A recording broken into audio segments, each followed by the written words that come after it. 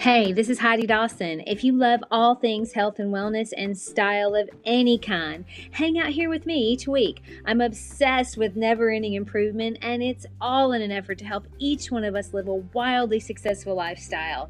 Subscribe today so you don't miss a thing. Hi, guys. Welcome to episode 495 of the Wildly Successful Lifestyle Podcast. I'm glad you're here. You're the best for always supporting the Wildly Successful Lifestyle Podcast. Together, we're making the world a mentally stronger place. We were at a pool party this summer and someone said, you know what, knowledge is power. And to that, another person responded and said, well, actually, knowledge is only potential power. It isn't powerful unless you put it to use. Now, for people like you and me who love to learn by listening to podcasts and reading, that's a good thing to remember. We can know all the good stuff, but it does us no good unless we apply it. All right, so in a world where mental health issues seem to be growing instead of getting better, and also where the answer from doctors to mental health problems is often just to medicate, it has got to be on each one of us to manage our own mental health because we're meant to feel good.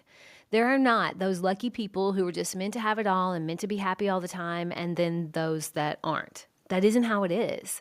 No, life is supposed to be fun, and we are meant to be happy. Now, obviously, there are times when we won't be happy, like when something bad happens. But anymore, when I find myself feeling a little sad or maybe a little grumpy and there isn't a reason, like an apparent reason, like someone hasn't died or nobody's been hurt, so there's no apparent reason for me to feel bad, then I try to notice, what is it I'm focusing on that's hindering my feeling good? Because I know that there's probably something I'm thinking about that may not even be conscious, but is in the way of my own happiness, and I want to figure out what that is. Because our own happiness, it's always available. There's usually just something that's in the way. Sometimes it's apparent, and sometimes it's a created thought.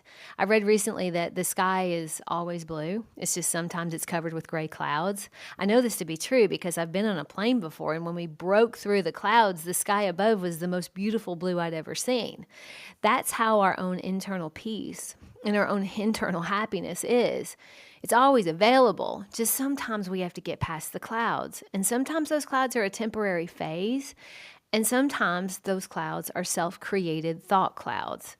My husband and I were recently in a boutique on vacation, and there was a young, very beautiful sales girl helping us. Now, she was from Spain, and as sweet as she was stunning, and her skin glowed like it does in your 20s if you're healthy. And I noticed when I was in the dressing room, I was kind of looking at my skin in comparison to hers, and I noticed that mine didn't quite glow like that anymore. Now that thought didn't feel good. And as I often do, I caught it and I fixed it by saying to myself, now you're comparing your skin to a 20-year-old European girl, and that's ridiculous. And it's also a recipe for disaster. A lot of times when we compare, we despair because we're using it as a weapon against ourselves. Have you ever noticed you're doing that? Like using comparison as a way to feel bad? Comparison is a deeply rooted human tendency. Some people compare all the time and some people compare only a little bit. But comparison can be a destructive weapon that will have us miserable faster than almost anything else.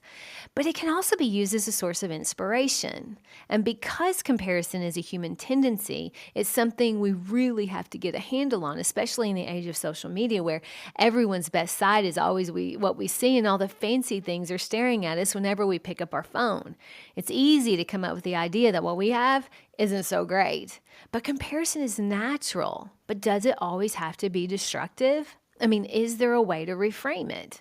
You see, a hammer can be used to build or it can be used to tear something down. A shovel can be used to dig a hole for a new plant or to kill a snake. A knife can be used to cut a birthday cake or as a weapon. The thing that makes the difference is the one using it and in what way they're using it. So comparison is the same way. It can be used as a weapon or as a source of inspiration of how we can be better. My husband and I got our nails done in a Vietnamese salon. I talked about in an episode a while back that I switched salons because my old salon, no one seemed happy and they were grumpy to each other. And sometimes they were grumpy to clients. But anyway, our new salon is just the opposite. I mean, they have such a good time with each other, and in turn, so do we. So over the course of time we've been there, they tell us all about their adventures traveling. They're always doing these new things, taking little weekend trips here and there all the time. And now Eric and I love to travel, but we generally will do a week at a time or maybe 2 weeks at a time. And I caught myself thinking, we're kind of lame on the weekends. We just do the same thing all the time. I want to take a weekend trip. So there I was, again, comparing myself and Eric, and like our life was boring compared to Mike and Tina at the nail shop. But you know what it also did? It inspired us. So instead of using that comparison to feel bad, we used it to book a weekend trip to do something new that we've never done before. So we went home and we booked a glamping trip in the mountains, and we're going in a few weeks. It's where you stay in this tent that's really got all the great amenities of a hotel room, but you're out in the middle of nature, which is awesome, and I'm really excited about it. Oh, and that 25-year-old Spanish girl with the glowing skin? She inspired the cutest outfit that I cannot wait to wear. I mean, of course, it's unrealistic for me to be 25 again, but I can still feel amazing and beautiful. And sometimes a beautiful outfit inspired by someone very stylish can do just that. By turning comparison into inspiration, you take what could be used and often is used as a weapon and turn it into something that inspires us to be better. By reframing comparison from a negative, destructive weapon into an inspirational self-improvement tool, we harness the benefits that the natural human tendency of comparison, and we minimize the downsides. We probably aren't going to eliminate comparison altogether, but we can reframe it in a way that enhances our life. This is a tool that will build our mental strength and improve our mental health, which ultimately leads to a happier disposition. My challenge to you this week is to notice when you're starting to use comparison as a weapon and intentionally reframe it in a way that benefits you. We have that power. We're getting mentally stronger with every positive reframe we make. Your peace and happiness, it's always available. You just have to clear those clouds. Share this with 3 people whose happiness is of utmost importance to you. I love you guys. I'll talk to you in a few days. Don't forget to subscribe and share with your friends, because we're just going to keep going bigger and better places together, and I love that about us. Talk to you in a few days.